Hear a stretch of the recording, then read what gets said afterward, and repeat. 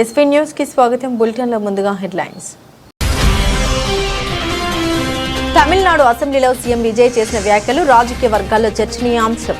ప్రత్యర్థులు ఎందుకు భయపడుతున్నారని సీఎం విజయ్ ప్రశ్న.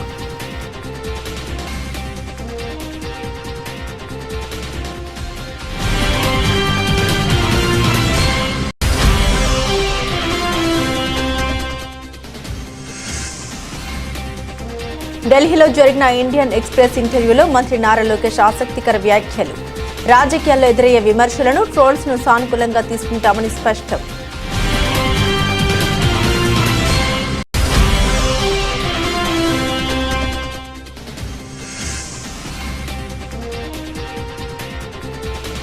జనసేన ఎమ్మెల్యే పంతం నానాజీ బూతు వ్యాఖ్యలకు ధీటైన సవాల్ విసిరిన ఎమ్మెల్సీ తోట త్రిమూర్తులు.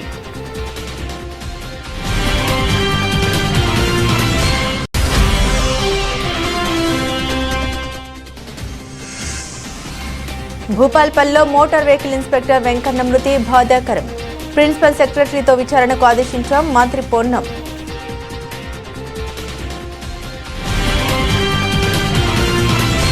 తమిళనాడు అసెంబ్లీలో సీఎం విజయ్ చేసిన వ్యాఖ్యలు రాజకీయ వర్గాల్లో చర్చనీయాంశమయ్యాయి. అవినీతిని సహించలేదని, ప్రజాధనాన్ని కాపాడడంలో రాజీపడే ప్రసక్తే లేదని పేర్కొన్నారు. తమ పాలన ప్రజల ఆశీస్సులతోనే జరుగుతుందని, ప్రత్యర్థులు ఎందుకు భయపడుతున్నారని సీఎం విజయ్ ప్రశ్నించారు. ஒவ்வொரு ஊழலா வெளியில வரும் போலயே ஒவ்வொரு வேஷமா கலைஞ்சிரும் போலயே இங்க இருக்கிற நிறைய பேரு நடுங்கி போய் இதுல நம்ம மேல அவதூறு வேற. இப்ப புதுசா ஒரு வெப்பன் ஒண்ணு கொண்டு வந்திருக்காங்க. அது என்ன தெரியுமா? அவங்க தயவால தான் நம்ம ஆட்சி நடக்குதான். மக்கள் தயவால இந்த ஆட்சி நடந்துகிட்டு இருக்கு. மனசாட்சி உள்ள சக்திகளோட ஆதரவால இந்த ஆட்சி நடந்துகிட்டு இருக்கு. நாங்க தான் அனுப்பி வச்சோம் அப்படின்றாங்களே. அனுப்பி வச்சவங்களுக்கு மினிஸ்ட்ரியில இடம் கொடுத்தா ஏன் கதறீங்க? భారతదేశ ఐక్యత, అఖండత కోసం మహర్నిశలు శ్రమించి కాశ్మీర్ పూర్తి విలీనం కోసం తన ప్రాణాన్ని సైతం అర్పించిన మహోన్నత దేశభక్తుడు, భారతీయ జనసంఘ్ స్థాపకులు డాక్టర్ శ్యామా ప్రసాద్ ముఖర్జీ గారి వర్ధంతి సందర్భంగా వారికి రఘునందన్ రావు నివాళులర్పించారు. ఈ యొక్క శ్యామా ప్రసాద్ ముఖర్జీ భవనం, ఈ బిల్డింగ్ పేరే శ్యామా ప్రసాద్ ముఖర్జీ పెట్టడం జరిగింది. ఆ రోజు అద్వానీ గారు ఈ ఒక బిల్డింగ్ ఒక ప్రారంభోత్సవం వచ్చినప్పుడు దీని పేరు ఏం పెట్టాలి అంటే, హైదరాబాద్ కూడా ఆ రోజుల్లో హైదరాబాద్ స్టేట్ నిజాము ఒక నిరంకుశ పాలనతో బాధపడినటువంటి ఒక ప్రదేశం ఇదొకటి. కాశ్మీర్లో కూడా ఇది అదే విధంగా కాశ్మీర్లో అక్కడ ఉన్నటువంటి పరిస్థితులు, అక్కడ ప్రజలు మొత్తం కూడా బాధపడుతూ ఉండేవారు. అయితే అక్కడ హిందూ రాజు, ఇక్కడ ముస్లిం రాజు అయినప్పటికీ కూడా ఈ రెండు ప్రాంతాన్ని కూడా భారతదేశంలో కలిపే ప్రయత్నం సర్దార్ వల్లభాయ్ పటేల్ గారు చేశారు. దాని యొక్క మూల ఆలోచన కారణమే శ్యామా ప్రసాద్ ముఖర్జీ గారు. ఈరోజు వెస్ట్ బెంగాల్లో కూడా ఒక బెంగాల్ మనకు మిగిలింది అని అంటే శ్యామా ప్రసాద్ ముఖర్జీ గారు, లేకుంటే మొత్తం బెంగాల్ బంగ్లాదేశ్లో కలిసేది. ఆ రోజుల్లో బెంగాల్, ఇప్పుడున్న వెస్ట్ బెంగాల్లో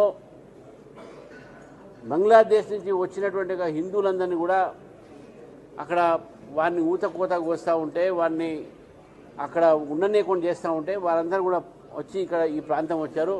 శ్యామా ప్రసాద్ ముఖర్జీ గారు ఆ బెంగాల్ పార్టీషన్ ఆపి ఈ యొక్క వెస్ట్ బెంగాల్ ఈరోజు మనకు మిగిలినటువంటి పరిస్థితి ఉన్నది.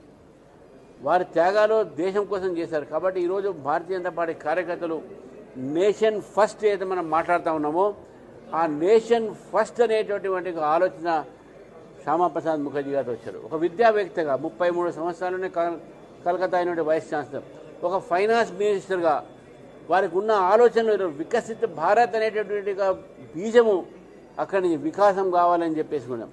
ఒక అకాడమిషియన్గా, ఒక రాజకీయాల్లో వచ్చి ఎమ్మెల్సీగా ఉండి బెంగాల్లో, తర్వాత సెంట్రల్లో మినిస్టర్గా ఉండి అనేకమైనటువంటి అభివృద్ధి కార్యక్రమాలు ఒక విజన్తోని ఆ రోజు కాంగ్రెస్ పార్టీ ఇంటరిమ్ గవర్నమెంట్లో ఉన్నప్పుడు వారు ఈ దేశంలో అపీస్మెంట్ పాలసీ చూసి ఇట్లా లాభం లేదు, ఈ భారతదేశంలో జాతీయ భావంతో ఒక రాజకీయ పార్టీ ఉండాలి అనేటువంటి 1951లో జనసంఘ్ స్థాపించి ఆ రోజు భారతీయ జనసంఘ స్థాపకుడు, అదే భారతీయ జనసంఘ రానున్న రోజుల్లో భారతీయ జనతా పార్టీగా మారింది.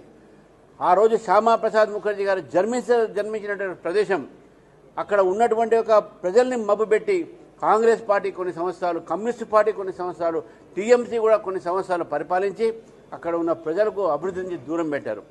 ఈరోజు శ్యామాప్రసాద్ ముఖర్జీ గారికి వారు జన్మించిన ప్రదేశంలో బెంగాల్ ప్రజలు సరైన నివాళిచ్చారు. భారతీయ జనతా పార్టీని గెలిపించి అనేది ఈరోజు నేను భావిస్తూ ఉన్నాను. కాబట్టి బెంగాల్ ప్రజలకు ఈరోజు నేను ధన్యవాదాలు చెప్తున్నాను. ఇక తెలంగాణ తరపు నుంచి కూడా వారు చేసినటువంటి ఒక ఏదైతే వారు శ్యామాప్రసాద్ గారి ముఖర్జీకి చూపెట్టినటువంటి ఒక ఏదైతే ఆదరణ ఉందో, వారు ఈరోజు శ్యామాప్రసాద్ ముఖర్జీ గారి 125 సంవత్సరం అయినటువంటి ఒక సందర్భంగా ఈరోజు బెంగాల్ కూడా మన ఒక భారతీయ జనతా పార్టీకి రావడం అనేది, తర్వాత తెలంగాణ కూడా వస్తుందని పూర్తిగా నమ్ముతున్నాను. ఎందుకంటే సిద్ధాంతము, శ్యామాప్రసాద్ ముఖర్జీ గారు ఎప్పుడూ అధికారం కోసం చూడలేదు, సిద్ధాంతం కోసము దేశం కోసం పనిచేశారు. కాబట్టి ఆ స్ఫూర్తి తెలంగాణ కార్యకర్తలు కూడా తీసుకొని ఇక్కడ కూడా అదే స్ఫూర్తితో పనిచేయాలని చెప్పేసి ఈ సందర్భంగా నేను కోరుతా ఉన్నాను. ఢిల్లీలో జరిగిన ఇండియన్ ఎక్స్ప్రెస్ ఇంటర్వ్యూలో మంత్రి నారా లోకేష్ ఆసక్తికర వ్యాఖ్యల్ని చేశారు. రాహుల్ గాంధీ తర్వాత అత్యధికంగా ట్రోల్ అయ్యే వ్యక్తిని తానేనని పేర్కొన్నారు. రాహుల్ పాదయాత్రను చూసి స్ఫూర్తి పొందామని, అయితే ఆ అనుభవాల్ని మర్చిపోకుండా తాను పుస్తక రూపంలోకి తీసుకొచ్చామని లోకేష్ వెల్లడించారు. రాజకీయాల్లో ఎదురయ్యే విమర్శల్ని, ట్రోల్స్ను తాను సానుకూలంగా తీసుకుంటామని ఆయన స్పష్టం చేశారు. Keep at it. Okay. Keep at it. Okay. I've done it for 5 years. It might take a little bit longer, but if you believe in something, you can achieve it. Fantastic. Okay. Nitish Kumar's son, Nishant Kumar. Boss, I don't know him. Honestly, I've never met him. I don't know him, so. But you read the situation he's in right now. What would you advise him?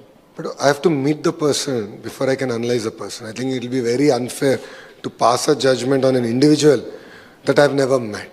Okay. Because what comes on social media and what gets written is deceiving. I'm an example of it. Yeah. I was the second most trolled person in India. Second most?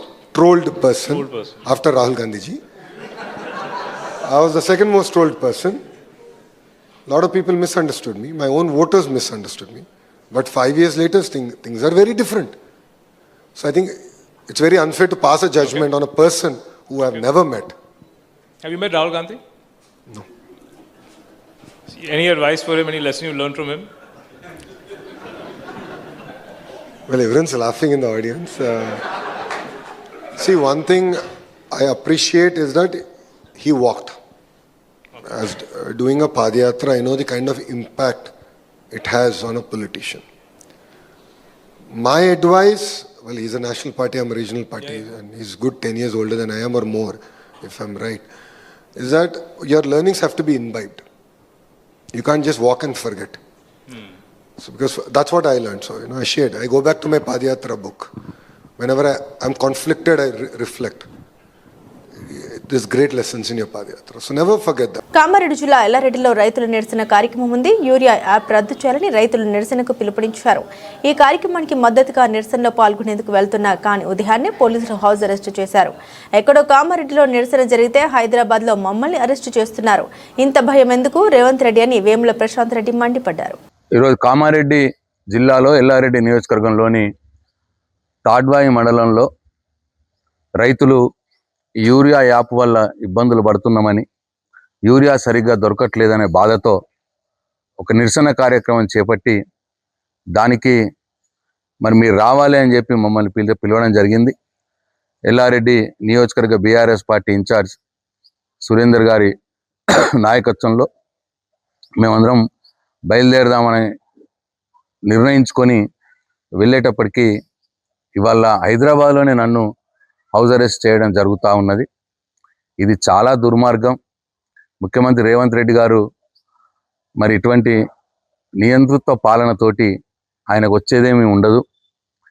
ఇవాళ మమ్మల్ని arrest చేసి మా గొంతు నొక్కే బదులు అక్కడ urea app ఏదైతే ఇబ్బందులు ఉన్నాయో దాన్ని రద్దు చేసి యూరియాని విరివిరిగా ఎట్లయితే కేసీఆర్ గారు ప్రభుత్వంలో ఉన్నప్పుడు రైతులు ఎట్లయితే ఆటో ఆయనకు పైసలు ఇచ్చి పంపిస్తే ఆయన సంచులు తీసుకొని బాయి కాడ పొలం కాడ వేసొచ్చే పరిస్థితి ఉండేనో అట్లా విరివిగా అందుబాటులో ఉంచితే అది మంచిది రేవంత్ రెడ్డి.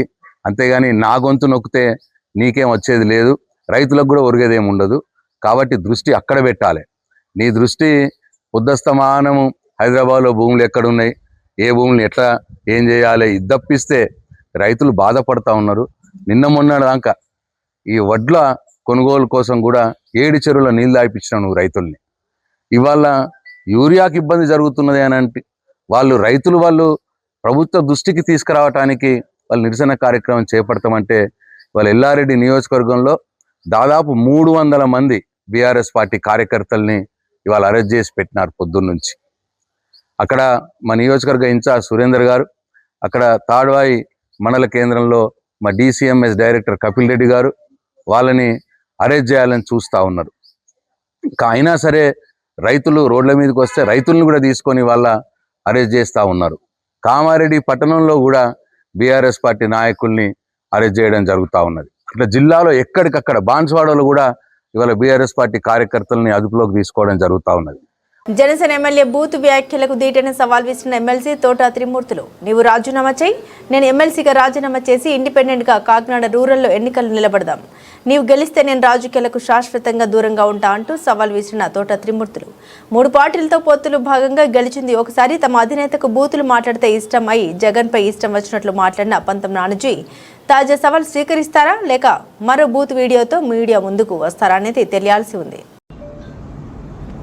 జగన్మోహన్ రెడ్డి అక్కడ నుంచి వచ్చి రావాలని అన్నారు కదా, నేను ఇవాళ చెప్తున్నాను మీ అందరి సాక్షిగాని, ఒక్క మాట కూడా మళ్ళీ దీంట్లో నుంచి వెనక్కి వెళ్ళిన ఒక అంగుళం కూడా నేను ఎమ్మెల్సీ పదవికి రాజీనామా చేసి కాకినాడ రూరల్ నియోజకవర్గం నుంచి ఇండిపెండెంట్గా పోటీ చేస్తాను. అతన్ని ఎమ్మెల్యే పదవికి రాజీనామా చేసి రమ్మని పోటీ చేద్దాం. నేను దానికి కట్టుబడి ఉన్నాను. నేను ఓడిపోతే జీవితంలో మళ్ళీ రాజకీయాల్లో ఉండను. ఎక్కడో జగన్మోహన్ రెడ్డి గారు ఇక్కడ రాకూడదు, నేను ఇక్కడ ఉన్నాను, ఈ జిల్లా వాసిని, ఇక్కడికి వస్తాను, ఇండిపెండెంట్గా పోటీ చేస్తాను. నువ్వు ఎమ్మెల్యే పదవికి రాజీనామా చేసి పోటీ చేయి, నేను ఎమ్మెల్సీకి రాజీనామా చేసి పోటీ చేస్తాను. చాలా సందర్భాలుగా రాజకీయ నాయకులు సవాల్ చేసుకుంటారు. ఎటువంటి సవాల్ కాదు, దీనికి నిలబడి ఉంటాను, కట్టుబడి ఉంటాను అనేటువంటి మీ సాక్షిగా చెప్తున్నాను నేను. భూపాలపల్లిలో మోటార్ వెహికల్ ఇన్స్పెక్టర్ వెంకన్న మృతి బాధాకరం. వెంకన్న ఇటీవల జగిత్యాల నుండి భూపాలపల్లికి బదిలీ అయి వచ్చారు. ఆయన స్వగ్రామం మహబూబాబాద్ దగ్గర మరిపడ బంగ్లా నిబంధన ఉల్లంఘించిన హార్వెస్టర్ రవాణా శాఖ కార్యాలయానికి తీసుకొస్తున్న సమయంలో అటు నుండి వస్తున్న టిప్పర్ ఢీ కొట్టింది. వెంకన్న మృతి చెందారు. రవాణా శాఖలో ఎన్ఫోర్స్మెంట్ పెంచాం, నిబంధన ఉల్లంఘిస్తున్న వాహనాలపై చర్యలు తీసుకోవాలని ఆదేశించాం. వెంకన్న మృతిపై నేను జిల్లా కలెక్టర్ ఎస్పీతో మాట్లాడాం, ప్రిన్సిపల్ సెక్రటరీతో విచారణకు ఆదేశించామని మంత్రి పొన్నమన్నారు. జరిగిన సంఘటనను విచారణ చేస్తాం. దురదృష్టకరం, యువ రాజకీయాలొద్దు. తప్పకుండా ప్రభుత్వం కఠినంగా మీకు ఏమైనా సమాచారం ఉంటే ఎక్కడైనా మాఫియా, శాండో, లయాషో, మినరలో, గ్రానైటో ఎక్కడైనా తప్పు జరిగితే నేను రవాణా శాఖ మంత్రిగా అందరికీ ఓపెన్ చెప్తా ఉన్నా, మా దృష్టికి తీసుకురంటే బరాబర్ మీరు యాక్షన్ చేస్తాం. కానీ నిన్న జరిగిన సంఘటన ఆయన 3-4 ఏళ్ల నుంచి పనిచేస్తున్నట్టే ఎవరిదైనా వ్యక్తిగత కక్ష. ఆయన 15-20 రోజుల కింద జగిత్యాల నుంచి ట్రాన్స్ఫర్ చేశారు. కాబట్టి ఏదేమైనా సరే అన్ని విచారణ చేస్తూ మా కుటుంబాన్ని ఆదుకుంటాం. ఇది మాకు వ్యక్తిగతంగా కూడా, ఎందుకంటే మా డిపార్ట్మెంట్కి సంబంధించిన ఒక ఎంబీఏ చనిపోవడం యాక్సిడెంట్లో అంటే బాధ కలిగిస్తున్నటువంటి అంశం. అతని పూర్తిగా కుటుంబానికి ప్రగాఢ సానుభూతిని వ్యక్తం చేస్తూ సంఘటన మీద వాళ్ళ కుటుంబానికి అండగా ఉంటాం. ప్రభుత్వం నుంచి తీసుకోవాల్సిన అన్ని రకాల చర్యలు, ఉద్యోగం కావచ్చు, ఇన్సూరెన్స్ కావచ్చు, తదితర అన్ని అంశాల పట్ల వాళ్ళకి ఆదుకొని రవాణా శాఖ కుటుంబానికి అండగా ఉంటుంది. ఇసుక లారీ కాదు, అది ఓర్ లారీ. రోడ్ ఉంది, ఓవర్ రోడ్ లేదు. సరే, అది ఇన్సిడెంటల్గా అక్కడ జరుగుతున్నటువంటి ప్రాథమికంగా నేను ఎస్పీ కలెక్టర్తో మాట్లాడింది. బసవ తారకం ఆసుపత్రి రజతోత్సవంలో నందమూరి బాలకృష్ణ భావోద్వేగానికి లోనయ్యారు. డబ్బు లేక ఏ రోగి చికిత్సకు దూరంగా ఉండకూడదన్నది తమ ఆశయమని స్పష్టం చేశారు. తన తల్లి క్యాన్సర్ అనుభవమే ఈ ఆసుపత్రికి పునాది అని, రోగులు కోలుకునే వరకు వారి కుటుంబాల్లో సంతోషం నిండే వరకు హాస్పిటల్ సేవలు కొనసాగుతాయని బాలకృష్ణ అన్నారు. Namaskar. Tonight I stand before you not as an actor, not as a public representative, but as a son. A son who still remembers in 1984 when my mother Srimati Basavarama Tarakam Garu was battling cancer. We had access to treatment, but what we witnessed around us stayed with us far more deeply than our own struggle. People were not just fighting disease, they were fighting circumstances. Families were not only worried about survival, but they were worried about affordability. In the midst of her own pain, my mother asked a simple yet powerful question. If we can fight this because we have the means, what happens to those who don't? That was a humble question from a noble heart. And the question became our responsibility. My father, Shri Nandamuri Taraka Ramarao Garu, transformed responsibility into a mission. In 1989, he laid the foundation for this institution with an unwavering belief that no life should be lost because treatment was out of reach. Those early years were not easy. This institution was not built in comfort. It was built with commitment, with conviction, with purpose. With deep respect, I remember Dr. Kodala Shivaprasad Garu, who was the founder chairman of Basavataru Indo-American Cancer Hospital and Research Institute, and Dr. Tulsi Parvati Polavarapu Garu, and Sri Kakatiya Venkateshwarlu Garu, who stood by this vision when it needed the most strength. I also remember with gratitude all our former chairman, trustees. Future సిటీలోని నానక్ నగర్కు చెందిన రైతు చొల్ల లక్ష్మారెడ్డి రైతు ప్రభుత్వాన్ని ఏర్పాటు చేస్తామని చెప్పుకుంటూ రాజ్యాంగం ముందు గొప్పగా ప్రదర్శించుకుంటున్న కాంగ్రెస్ నాయకుడు రాహుల్ గాంధీని ప్రశ్నించారు. తెలంగాణ ముఖ్యమంత్రి హిట్లర్ రెడ్డి రాజ్యాంగ స్ఫూర్తికి విరుద్ధంగా భూ రికార్డులను అక్రమంగా తారుమారు చేసి ప్రభుత్వానికి భూముల్ని ఎలా బదిలీ చేస్తున్నారో ఆయన ప్రశ్నించారు. ఒకప్పుడు ఫార్మసిటీకి వ్యతిరేకంగా గలం విప్పిన కాంగ్రెస్ నాయకులు ఇప్పుడు ఫ్యూచర్ సిటీపై ఇచ్చిన హామీలను వెనక్కి తీసుకుని కార్పొరేట్ మాఫియాకు సహాయం చేస్తూ తమ వ్యక్తిగత ఫ్యూచర్ను సురక్షితం చేసుకున్నారని ఆయన అన్నారు. రైతులు లేకుండా తిండి లేకుండా ఎవరు బతకలేరని ఆయన గుర్తు చేశారు. ముఖ్యంగా ఈరోజు మా 4 గ్రామాల తరఫున భూబాధితుల తరఫున పోరాటానికి మాకు అండగా ఉండడానికి వచ్చిన ప్రియాంక మేడం గారికి ప్రత్యేకంగా ధన్యవాదాలు తెలియజేస్తూ, మేము గత ప్రభుత్వం బీఆర్ఎస్ ప్రభుత్వంలో ఉన్నప్పుడు ఆ రోజు జరిగిన భూసేకరణ ఏంటి అంటే ఫార్మాసిటీ కోసం ఓన్లీ ఒక 6,500 ఎకరాలే అవసరం పడుతుంది అంటని చెప్పారు. ఆ విధంగా ఆ దొంగ జీవో తెచ్చుకొని దాన్ని 30,000 ఎకరాలకు తీసుకొచ్చారు. ఆ రోజున్న భువనగిరి పార్లమెంట్ సభ్యులు కొమ్మటిరెడ్డి వెంకటరెడ్డి గారు కూడా 2021లో పార్లమెంట్ లో కూడా ఆయన ఒక మాట చెప్పిండు.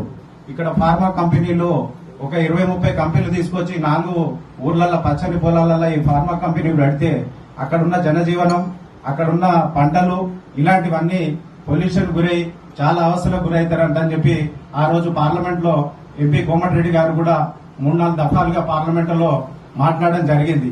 అది మన మోడీ గారి వద్ద కూడా చేరింది. కానీ ఆ మధ్యన గవర్నమెంట్ చేంజ్ అయింది. కాంగ్రెస్ ప్రభుత్వం వచ్చే ముందు కూడా మాకేం చెప్పారు, ఫార్మాసిటీ రద్దు అవుతుంది, రద్దు చేస్తున్నాము, మీకు మేనిఫెస్టోలో కూడా పెడుతున్నాము, ఏదైతే భూమి సేకరించింది ఏదైతే ఉందో అది అలాగే ఉంటది, భూమి సేకరించకుండా 2,500 ఎకరాలు ఏదైతే భూమి ఉందో కోర్టు పరిధిలో ఉన్నది, ఆ భూమి ఎట్టి పరిస్థితుల్లో మేము తీసుకోము, రేపు ఇక్కడ మీ రైతులకు మేము అండగా ఉంటామంట అని చెప్పి ఆ రోజు కోమటిరెడ్డి వెంకటరెడ్డి గారు గాని, సీతక్క గాని, బట్టి గాని, మల్లెడ్డి రంగారెడ్డి, కోదండరెడ్డి గారు వీళ్ళందరూ మా పొలాలలో వచ్చి ప్రతి పొలానికి ప్రతి రైతు దగ్గరకు వచ్చి వాళ్ళు స్వచ్ఛందంగా వచ్చి మాతో పాటు తిరిగి మాతో మాట్లాడారు. ఆ రోజు ఏమన్నారు, ఇంత పచ్చని పొలాల్లో ఇలాంటి భారత కంపెనీలు తీసుకొచ్చి ఇలా పెడితే ఇక్కడ చాలా ఇబ్బంది అవుతుందని చెప్పేసి వాళ్ళు మా తరపున మా దగ్గర ఉన్న అన్ని అవకాశాలు వాళ్ళు వాడుకొని ఈ రోజు మా ఊర్లలోకి వచ్చిన వాళ్ళు ప్రతి ఒక్కరు ఎమ్మెల్యే అయ్యారు, మినిస్టర్స్ అయ్యారు, చైర్మన్స్ అయ్యారు.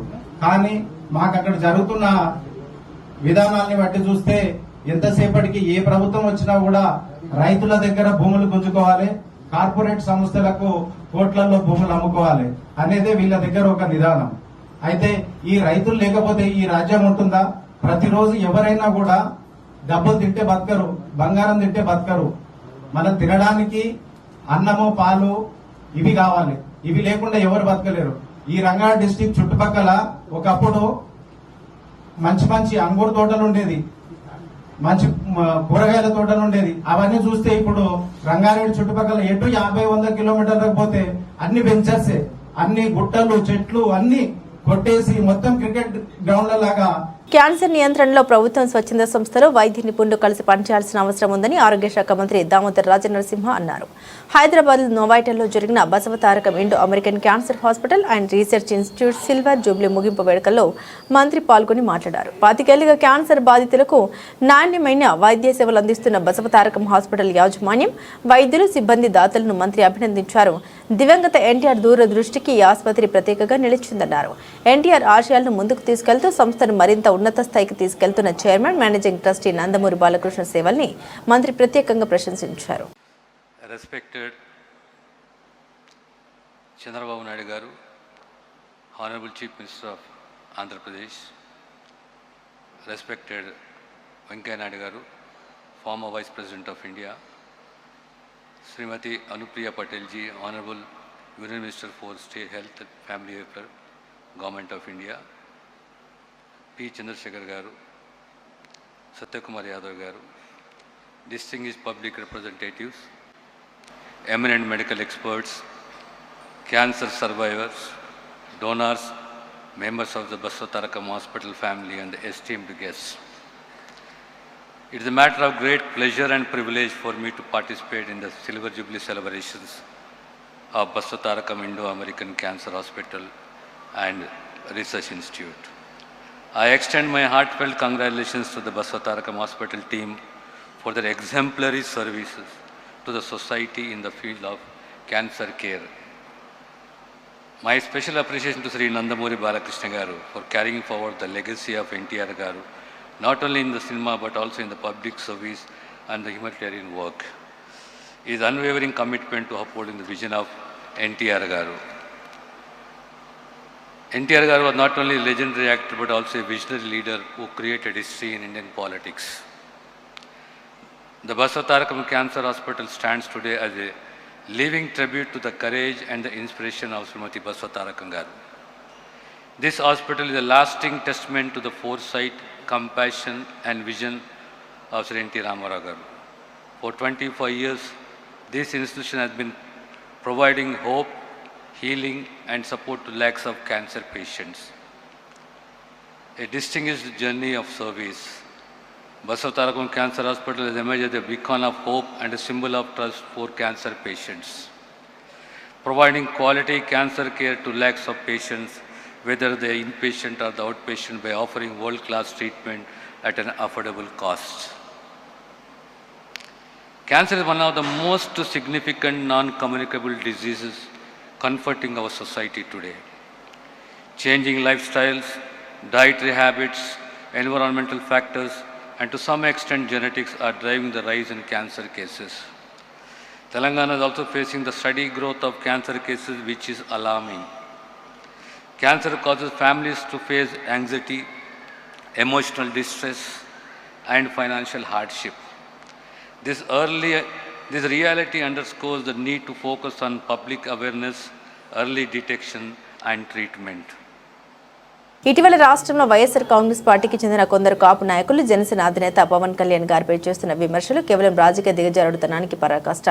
ఈ కూటమి సాధిస్తున్న ప్రజాదరణ తట్టుకోలేక ఎలాగైనా దెబ్బతీయాలని ఒకే ఒక లక్ష్యంతో వైసీపీ కులాల మధ్య చిచ్చు పెట్టడానికి కుట్రలు చేస్తుంది. కుల రాజకీయాలతో పబ్బం గడుపుకోవాలని చూస్తున్న వైసీపీ నైజాన్ని ప్రజలందరూ గమనిస్తున్నారు. సమాజాన్ని విడదీసి రాజకీయ లబ్ధి పొందాలని చూస్తున్న ఇలాంటి విచ్ఛిన్నకర శక్తుల పట్ల ప్రజలంతా తస్మాత్ జాగ్రత్తగా ఉండాలి. పదవులు పోయినట్టే తాడు తీసినట్టే కదా, మీరు కూరలు పీకిన పాముల్లా ఇంట్లో కూర్చున్నారంటే తాడు తీర్థం కదా. ఏంటి తాడు తీర్థం అంటే వచ్చి చర్మం పీకమని కాదు, అధికారం లేకుండా చేస్తానని చెప్పారు. అది చేశారు కదా. 150 సీట్లు 11 సీట్లు తీసుకొచ్చాం కదా. ఇంకెందుకంటే మీ బతుకులు మళ్ళీ అడుగుతాకేంటి, మీకు సిగ్గు లేకుండా రోడ్డెక్కి మాట్లాడుతున్నారు మీరు. మళ్ళీనే తాట తీర్థం అంటే బ్లేడ్లు అయి పట్టుకుని బ్లేడ్ బ్యాచీలాగా కోసారు, మీకు మళ్ళీ గొట్టలెట్టుకొచ్చి నరికారు. అధికారం నుంచి తప్పించడం తాట తీయడం కదా. మీరు ఎలా ఉన్నారంటే ఇప్పుడు అంటే బాగోదని బయటకు వచ్చి మాట్లాడుతున్నారు తప్ప మీలో ఎక్కడెక్కడ జేవకళ్ళు. మీకు రాజకీయం ఉంటే దర్పం, మీ అధికారం అంతా మేము చూసాం. మాట్లాడితే బూతులు తిడతాం, మాట్లాడితే ఎవరినైనా సింగులర్లో మాట్లాడతాం. మీ జబ్బు పోదు, ఇంకా పోలేదు. ఎవడు జైలుకి వెళ్తాడు, ఎమ్మెల్యే అయిపోతాడు అనుకుంటున్నాడు తప్ప ఈ చేసే తప్పులు ప్రజలు తెలుస్తాయని ఎవడు అనుకుంటలేదు. అలా అయితే ప్రతి ఓటు జైలుకి వెళ్ళి వచ్చేస్తారు. ఒకసారి సింపతి కోసం జైలుకి వెళ్ళి ప్రయత్నం చేసి ప్రభుత్వాన్ని రెచ్చగొడుతున్నారు అనేది ప్రజలకి తెలియజేయాల్సిన అవసరం ఉంది కాబట్టి నేను ఈ ప్రెస్ మీట్కి వచ్చాను తప్ప, లేకపోతే అసలు జగన్మోహన్ రెడ్డి టాపిక్ అసలు తెలుసుకోలేదు. వాళ్ళు ప్రతిరోజు మాట్లాడుతుంటే ఎంతకాలం భరిస్తారు? 2 సంవత్సరాలు చూసాం. అనవసరం అత్తమానం వెళ్తాం మనకి ఎందుకని. కానీ ప్రతిరోజు ఇంకా అదే పనిలో ఉన్నారు కూర్చుని. ఏం జరిగినా సరే తెలంగాణలో ఎవరో ఒక బిడ్డ చూడాలని చివరి కోరికని ఒక అభిమాని అడిగితే వెళ్ళేటందుకు, అన్నయ్య నువ్వు రమ్మన్నాడు, ఈయన వెళ్ళిపోయాడు. ఇదేంటిది? దానికి కూడా ఒక కామెంటు. అసలు నీకు సంబంధం లేని విషయం కదా అది. చావు బతుకులో ఉన్న వ్యక్తో లేదా ఎవరో నాకు ఆఖరి కోరిక నన్ను రమ్మంటే ఆయన ఎంత ఖాళీయో చేసుకుని తెలంగాణలో మన మీద అవిశ్వాసం కూడా ఉంది. కానీ మనం వెళ్ళాలి, ప్రజల్లో ఉండాలనే ఉద్దేశంతో ఆయన వెళ్ళాడు. రాష్ట్రంలో కాపులందరూ పూర్తిగా నిరాశలో ఉన్నారని నిన్న వేదికగా వైసీపీ కాపు నేతలందరూ చెప్పిన పరిస్థితి. అంటే రాజకీయ కాపు కార్పొరేషన్ కూడా పూర్తిగా నిర్వీర్యం అయిపోయింది. చైర్మన్ సుబ్బారాయుడు కూడా మామూలుగా ఏదో తిరుగుతున్నారని అక్కడ కామెంట్. గత 5 సంవత్సరాల్లో వాళ్ళు ఏం చేశారో, ఈ 5 సంవత్సరాల్లో ఈ 2 సంవత్సరాల కూటమి ప్రభుత్వం ఏం చేయలేదో కూడా మీరు చెప్పండి ఒకసారి. మీ కార్పొరేషన్ చైర్మన్ కూర్చోబెడదాం. మా కార్పొరేషన్ చైర్మన్ని దానికి సంబంధించిన మంత్రివర్గంతో మాట్లాడి ఏదైనా కాపులు న్యాయం చేయాలంటే మీరు ఏమైనా ప్రపోజల్ పట్టరండి. ఖచ్చితంగా కాపులు న్యాయం చేయగలగాలి. ఆర్థికంగా వెనుకబడి ఉన్న కులాలకు మనం ఏం చేయాలనేది 2019 నుంచి 24 దాకా చంద్రబాబు నాయుడు గారు చేశారు కదా. అయినా మరి కాపులు అప్పుడు ఓడించారు కదా. అంటే అప్పుడు ఎలా చూడాలి మనం? ఒకసారి ఆలోచన చేయండి. 2019-24 వరకు కాపు కార్పొరేషన్లో నేను మున్సిపల్ చైర్మన్ ఉండగా మా ఊర్లో 1000 మందికి ₹1,00,000 కాడికి లోన్లు ఇప్పించాను.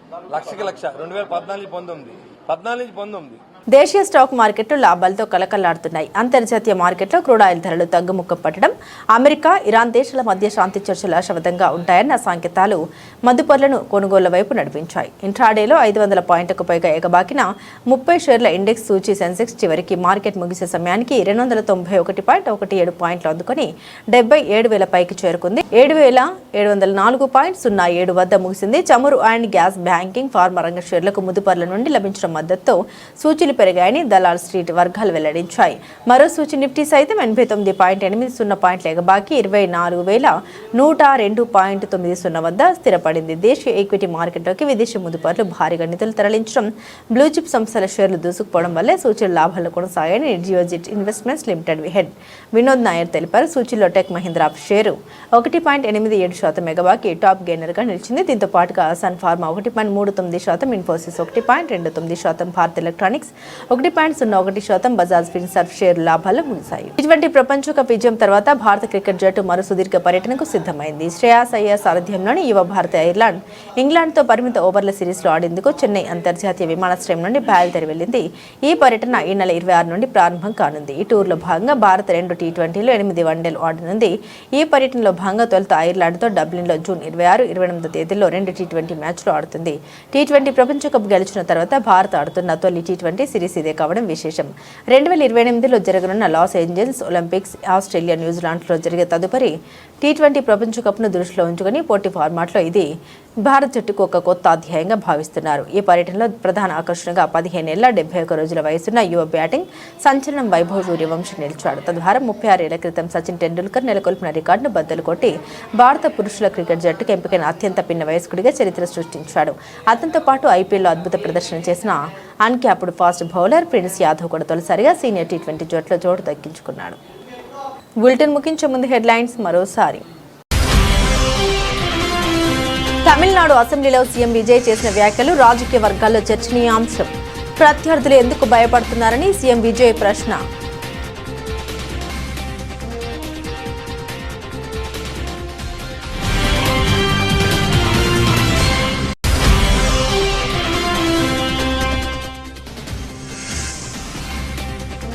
ఢిల్లీలో జరిగిన ఇండియన్ ఎక్స్ప్రెస్ ఇంటర్వ్యూలో మంత్రి నారా లోకేష్ ఆసక్తికర వ్యాఖ్యలు.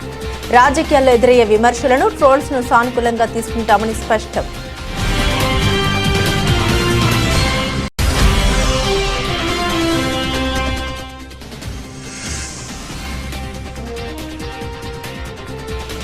జనసేన ఎమ్మెల్యే పంతం నానాజీ బూతు వ్యాఖ్యలకు ధీటైన సవాల్ విసిరిన ఎమ్మెల్సీ తోట త్రిమూర్తులు.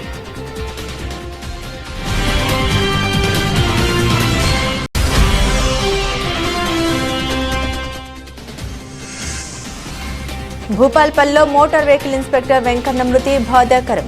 ప్రిన్సిపల్ సెక్రటరీతో విచారణకు ఆదేశించాం మంత్రి పొన్నం.